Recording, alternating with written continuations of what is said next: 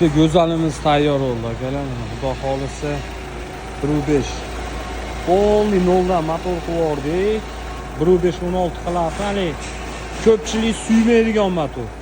Mashina endi yangi mashina emas, yurgan, yaxshi yil xizmat qilgan mashina. Qancha ekan endi yurgani ham, yo bismillah.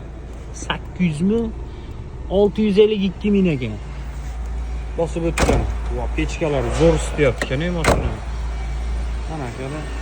Mashinamiz 0 dan 100 gacha polni motor qilib Xudo xolisa yurishi, turishi hamma yo'g'i bizga yoqdi. Ovozlari ham Xudo xolisa hali chinida baklashkada suv qo'yishni hojati yo'q.